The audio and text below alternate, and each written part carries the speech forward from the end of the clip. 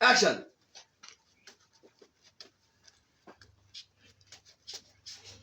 ভাই আমার মায়ের মেরে ফেলাইছে, আপনি আনন্দ ফুর্তি করতেছেন। আরে বেটা, সোনিয়া হত্যার সাথে যারা জড়িত তাদের অলরেডি মৃত্যুদণ্ড কার্যকর করা হবে। মৃত্যুদণ্ড রায় হয়ে গেছে।